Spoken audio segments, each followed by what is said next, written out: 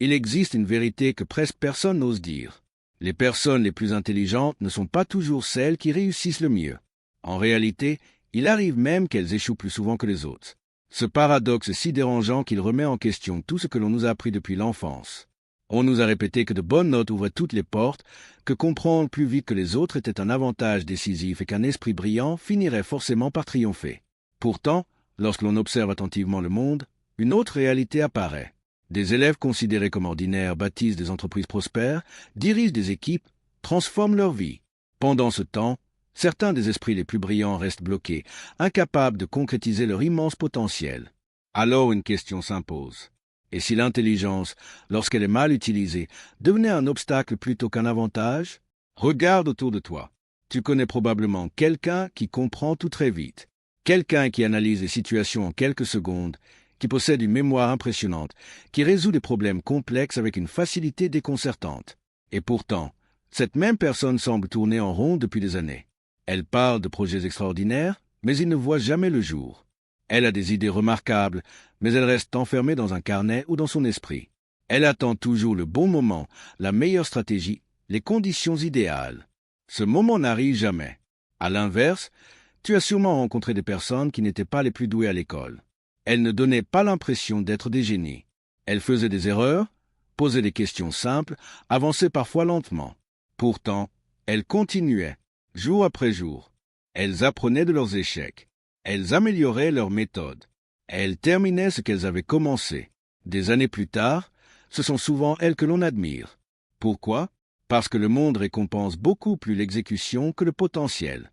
Et c'est précisément ici que tout change. Le potentiel est invisible. Il ne paie aucune facture. Il ne construit aucune entreprise.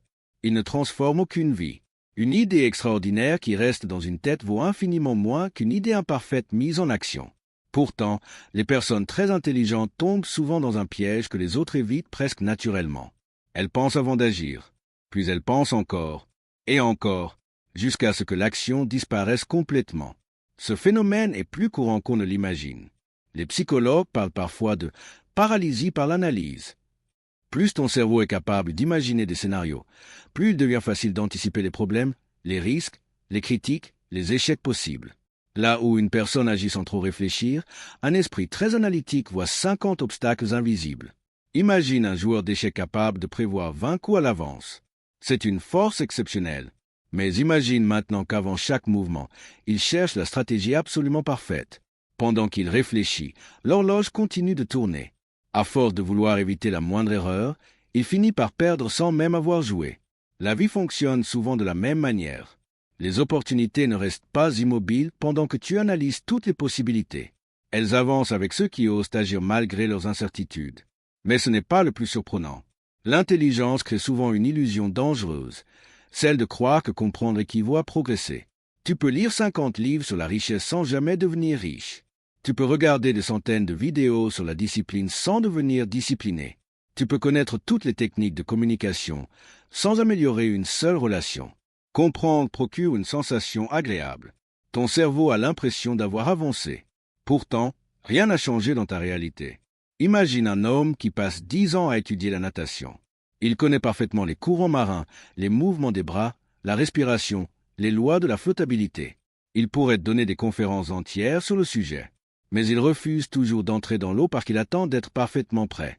Face à lui, un enfant saute dans la piscine, boit la tasse plusieurs fois, apprend à flotter, puis finit par nager avec aisance. Lequel des deux sait réellement nager? La réponse paraît évidente. Et pourtant, dans la vie, des millions de personnes reproduisent exactement ce comportement. Elles collectionnent les connaissances comme d'autres collectionnent des trophées. Elles pensent qu'un livre de plus, une formation de plus, une vidéo de plus finira par faire toute la différence. En réalité, ce qui leur manque n'est presque jamais une information supplémentaire. Ce qui leur manque, c'est le courage d'accepter l'imperfection. Avant de continuer, il faut comprendre une chose essentielle. Le cerveau humain déteste l'incertitude. Il préfère une mauvaise certitude à une bonne inconnue. Chez une personne très intelligente, cette tendance peut devenir encore plus forte. Pourquoi? Parce que son esprit est capable d'imaginer des conséquences que la plupart des gens ne voient même pas. Là où quelqu'un pense simplement « je vais lancer mon projet », un esprit brillant imagine déjà l'échec, les critiques, les pertes financières, les réactions de sa famille, les problèmes juridiques, les concurrents, les imprévus et même des difficultés qui n'arriveront probablement jamais. Son intelligence devient une machine à fabriquer des scénarios. Et plus ces scénarios sont nombreux, plus le premier pas semble difficile. Pourtant, l'histoire montre que les plus grands bâtisseurs n'ont presque jamais attendu de tout maîtriser avant de commencer. Ils ont accepté de paraître maladroits. Ils ont accepté d'être critiqués. Ils ont accepté d'apprendre en avançant. Voici ce qui est fascinant. Les personnes qui réussissent le plus ne sont pas forcément celles qui font le moins d'erreurs. Ce sont souvent celles qui en font le plus, parce qu'elles agissent davantage. Chaque erreur leur fournit une information qu'aucun livre ne pouvait leur donner. Chaque tentative les rapproche d'une meilleure version d'elles-mêmes. Chaque échec affine leur jugement. Pendant ce temps, celui qui attend le plan parfait ne fait aucune erreur, mais il n'accumule aucune expérience non plus. Imagine deux archers. Le premier passe toute sa journée à étudier la théorie du tir. Il mesure le vent, analyse son équipement, calcule chaque angle avec une précision extraordinaire. Le second tire une flèche, puis une autre, puis 100 autres. À la fin de l'année, lequel touchera sa cible avec le plus de régularité? La réponse est évidente. Pourtant, peu de gens vivent selon cette logique. Le véritable secret est ailleurs. La réussite appartient rarement à celui qui sait le plus. Elle appartient presque toujours à celui qui transforme son savoir en mouvement.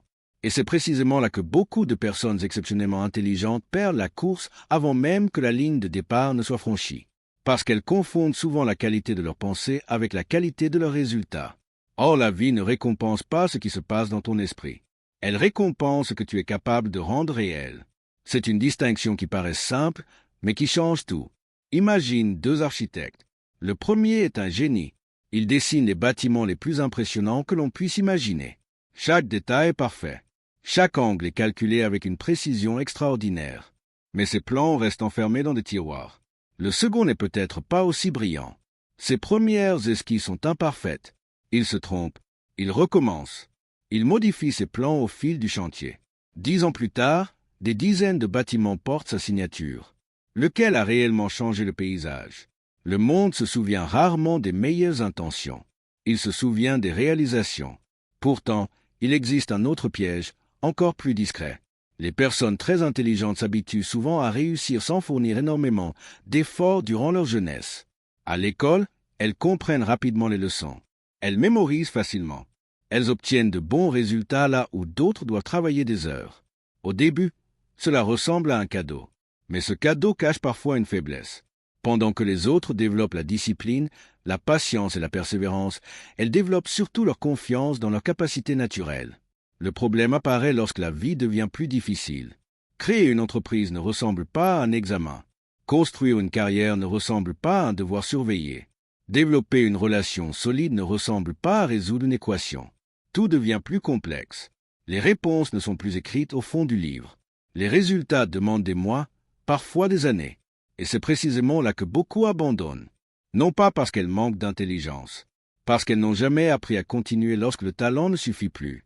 Un ancien entraîneur racontait une histoire qui illustre parfaitement cette idée. Chaque année, il recevait 2 catégories d'athlètes. Les premiers étaient naturellement doués. Ils couraient vite. Ils apprenaient rapidement. Ils impressionnaient tout le monde dès les premiers entraînements. Les seconds semblaient presque ordinaires. Ils étaient moins rapides, moins explosifs, moins spectaculaires. Mais ils revenaient tous les jours, même sous la pluie, même lorsqu'ils perdaient, même lorsqu'ils étaient fatigués. 10 ans plus tard, l'entraîneur constatait presque toujours le même phénomène. Les plus disciplinés avaient dépassé les plus talentueux, non parce qu'ils étaient devenus plus intelligents, mais parce qu'ils avaient appris une compétence que le talent ne peut pas remplacer, la constance. La constance est ennuyeuse. Elle ne fait pas rêver. Elle ne produit pas de résultats spectaculaires du jour au lendemain. Elle consiste simplement à répéter les bonnes actions lorsque personne ne regarde. Et c'est justement pour cette raison qu'elle est si puissante. Les personnes très intelligentes recherchent souvent des solutions élégantes. Le raccourci parfait. La méthode révolutionnaire. L'idée qui changera tout. Mais la réalité est beaucoup moins spectaculaire. La plupart des réussites extraordinaires reposent sur des habitudes extraordinairement simples. Écrire quelques pages chaque jour. Économiser régulièrement. Faire du sport même sans motivation. Téléphoner à un client de plus. Lire quelques minutes. Se coucher un peu plus tôt. Continuer. Toujours continuer. La plupart des gens ignorent complètement cela. Ils imaginent que les personnes qui réussissent possèdent un secret inaccessible. Ils cherchent une formule magique, une stratégie cachée, un déclic mystérieux. Mais lorsque l'on étudie leur parcours, on découvre quelque chose d'étonnamment banal. Ils ont simplement continué alors que les autres s'arrêtaient. Ils ont accepté d'être médiocres au début. Ils ont accepté d'avoir l'air inexpérimentés. Ils ont accepté de ne pas être admirés immédiatement. Et cette capacité est beaucoup plus rare que l'intelligence. Il existe une expérience psychologique particulièrement intéressante. Lorsqu'on demande à certaines personnes de résoudre un problème difficile, celles qui sont convaincues d'être très intelligentes abandonnent souvent plus vite dès qu'elles rencontrent un obstacle important. Pourquoi? Parce qu'elles interprètent la difficulté comme une menace pour leur identité. Si elles échouent, elles ont l'impression que cela remet en cause leur intelligence.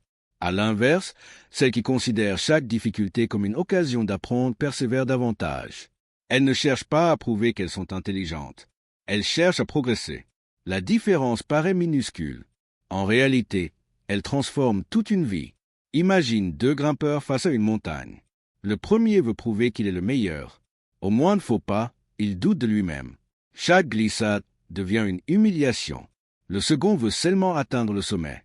Chaque erreur lui apprend où poser le pied la prochaine fois. Devine lequel finira par y arriver. La véritable force n'est donc pas de protéger son image, c'est de protéger sa progression. Et c'est précisément ici que beaucoup d'esprits brillants tombent dans un dernier piège. Ils deviennent prisonniers de leur réputation. Depuis des années, tout le monde leur répète qu'ils sont intelligents. Ils finissent par croire que leur valeur dépend de cette étiquette. Alors ils évitent les situations où ils pourraient sembler débutants. Ils ne lancent pas cette entreprise parce qu'ils risqueraient d'échouer. Ils n'apprennent pas cette nouvelle compétence parce qu'ils seraient maladroits. Ils ne changent pas de carrière parce qu'ils devraient repartir de zéro. Ils préfèrent rester excellents dans une petite zone plutôt que d'être médiocres quelque temps dans une aventure qui pourrait transformer leur existence. Mais regarde les enfants. Ils tombent des centaines de fois avant d'apprendre à marcher. Ils prononcent mal des milliers de mots avant de parler correctement. Ils n'ont pas honte d'être débutants. Ils considèrent cela comme une étape normale. Et c'est précisément cette liberté qui leur permet d'apprendre si vite. En grandissant, beaucoup perdent cette liberté. Ils veulent avoir raison. Ils veulent être admirés. Ils veulent éviter toute erreur. Sans s'en rendre compte, ils cessent d'évoluer. Car la croissance commence toujours au moment où l'on accepte de ne plus être le plus compétent de la pièce. C'est une vérité inconfortable, mais c'est aussi l'une des plus libératrices. Car le jour où tu comprends que ton intelligence n'est pas quelque chose à protéger, mais un outil à utiliser, tout change. Tu n'as plus besoin d'attendre le moment parfait. Tu n'as plus besoin d'avoir toutes les réponses. Tu n'as plus besoin d'être certain de réussir avant d'essayer. Tu comprends enfin que l'action n'est pas la récompense de la confiance. L'action est ce qui crée la confiance. Et c'est à partir de cette compréhension que naît une manière complètement différente de vivre. Parce qu'à partir de cet instant, tu cesses de te demander si tu es suffisamment intelligent, et tu commences à te demander une seule chose. Quelle est la prochaine action que je peux accomplir aujourd'hui? Cette question paraît presque trop simple. Pourtant, elle possède un pouvoir immense. Les personnes qui changent réellement leur vie ne passent pas leur journée à réfléchir à leur destination. Elles se concentrent sur le prochain pas, puis sur le suivant, puis encore sur un autre. Une montagne n'est jamais gravie en un seul effort. Une entreprise ne se construit jamais en une seule journée. Une fortune ne naît jamais d'une seule décision. Tout est une accumulation, une action, puis une autre, encore une autre. Et soudain, des années plus tard, les gens parlent de succès du jour au lendemain. Mais ce qu'ils voient est la dernière pierre d'un édifice construit dans l'ombre. Imagine un tailleur de pierre. Chaque matin, il frappe un immense bloc de granit avec son marteau. Un coup, puis un deuxième, puis un troisième. Après 100 coups, rien ne semble avoir changé. Après 1000 coups, la pierre paraît toujours intacte. Puis, au 1001e coup, elle se brise soudainement en deux. Les passants pensent que c'est ce dernier coup qui a tout changé. Ils se trompent. La pierre s'est fissurée à chaque impact précédent. Simplement, ces fissures étaient invisibles. La réussite fonctionne exactement de cette manière. Chaque effort compte, même lorsqu'aucun résultat n'est encore visible. Mais les personnes très intelligentes ont souvent du mal à accepter cette réalité. Elles veulent comprendre pourquoi les résultats tardent. Elles cherchent une explication logique, un modèle mathématique, une stratégie plus efficace, alors que la réponse est parfois beaucoup plus simple. Il faut continuer. Encore un jour, encore une semaine, encore un mois. Ce qui paraît insignifiant aujourd'hui devient extraordinaire lorsqu'il est répété suffisamment longtemps. Voici ce qui est fascinant. Les plus grandes différences dans une vie naissent rarement des grandes décisions. Elles naissent des petites décisions répétées. Décider de lire 10 pages chaque jour. Décider d'épargner un peu chaque mois. Décider d'aller courir même lorsque personne ne regarde. Décider de terminer ce que l'on commence. Ces choix semblent presque ridicules lorsqu'on les observe séparément. Mais additionnés pendant 5 ans, ils créent une personne totalement différente. C'est pour cette raison que les habitudes battent presque toujours les élans de motivation. La motivation est une émotion. Elle monte, elle descend, elle disparaît. Les habitudes, elles, continuent même lorsque l'envie n'est plus là. Et c'est précisément ce qui fait leur force. Avant de continuer, il faut comprendre une chose essentielle. La plupart des personnes intelligentes veulent des garanties avant de passer à l'action. Elles veulent savoir si leur projet réussira, si leur investissement sera rentable, si leur idée est la bonne, si les autres les soutiendront. Mais la vie ne fonctionne presque jamais ainsi. Aucun entrepreneur n'a reçu une garantie de succès avant de commencer. Aucun écrivain n'a reçu la certitude que son livre serait lu. Aucun inventeur n'a reçu une promesse que son invention fonctionnerait. Ils ont avancé dans le brouillard. Ils ont accepté l'incertitude. Et c'est précisément cette capacité qui les a distingués. Imagine que tu conduises de nuit sur une route de montagne. Tes phares n'éclairent peut-être que 50 mètres devant toi. Pourtant, ces 50 mètres suffisent pour parcourir des centaines de kilomètres. Tu n'as pas besoin de voir toute la route. Tu dois simplement voir le prochain virage. La vie fonctionne exactement de la même façon. Tu n'as pas besoin d'avoir un plan parfait sur 10 ans. Tu as besoin d'avancer suffisamment pour révéler l'étape suivante. Le véritable secret est là. L'action crée la clarté. Pas l'inverse. Combien de personnes attendent d'être sur de l'avant de commencer? Combien attendent le moment idéal? Combien attendent de ne plus avoir peur? Et pendant qu'elles attendent, les années passent, puis les décennies. Un jour, elles regardent en arrière et réalisent que leur plus grand regret n'est pas d'avoir échoué. C'est de ne jamais avoir essayé. Il existe une phrase qui résume parfaitement cette idée. Les cimetières sont remplis de talents qui n'ont jamais été utilisés. Cette image est bouleversante, parce qu'elle nous rappelle une vérité que beaucoup préfèrent ignorer. Le potentiel est périssable. Une idée que tu repousses aujourd'hui devient parfois le projet que quelqu'un d'autre réalisera demain. Une opportunité que tu refuses par peur ne reviendra peut-être jamais. Le temps avance, qu'on agisse ou non. La question n'est donc pas de savoir si tu es intelligent. La véritable question est bien plus inconfortable. Es-tu prêt à agir même lorsque tu ne contrôles pas tout? Es-tu prêt à paraître inexpérimenté pendant quel temps? Es-tu prêt à échouer suffisamment de fois pour finalement réussir? Parce que c'est exactement ce que font ceux qui accomplissent de grandes choses. Ils ne sont pas forcément les plus brillants. Ils sont simplement ceux qui refusent de laisser leurs doutes décider à leur place. Pense aux personnes que tu admires. Lorsque tu observes leur réussite aujourd'hui, tu vois une version polie de leur histoire. Tu ne vois pas les nuits d'incertitude. Tu ne vois pas les refus. Tu ne vois pas les erreurs. Tu ne vois pas les moments où elles ont pensé abandonner. Pourtant, ces moments existent dans presque tous les parcours remarquables. La différence n'est pas l'absence de peur. La différence est la décision d'avancer malgré cette peur. Et c'est précisément là que naît la véritable intelligence. Pas celle qui impressionne dans une salle de classe. Pas celle qui accumule les connaissances. Mais celle qui sait transformer chaque idée en mouvement, chaque erreur en leçon et chaque obstacle en marche vers l'avant. À partir de cet instant, cesse de mesurer ta valeur à la vitesse avec laquelle tu comprends les choses. Mesure-la à la vitesse avec laquelle tu passes de la compréhension à l'action. Car l'histoire n'est presque jamais écrite par ceux qui savaient le plus. Elle est écrite par ceux qui ont eu le courage d'agir avant d'être prêts. Et le jour où tu comprendras que ton plus grand adversaire n'a jamais été le manque d'intelligence, mais l'excès d'hésitation, tu découvriras une vérité capable de transformer toute ton existence. La réussite ne récompense pas les esprits les plus brillants. Elle récompense ceux qui osent mettre leur intelligence au service de l'action, encore et encore, jusqu'à rendre l'impossible inévitable. Si cette réflexion a changé votre façon de voir la réussite, alors abonnez-vous dès maintenant. Chaque vidéo est conçue pour vous donner les clés que la plupart des gens découvrent trop tard. Et souvenez-vous d'une chose, votre avenir ne sera jamais déterminé par ce que vous savez, mais par ce que vous osez faire dès aujourd'hui.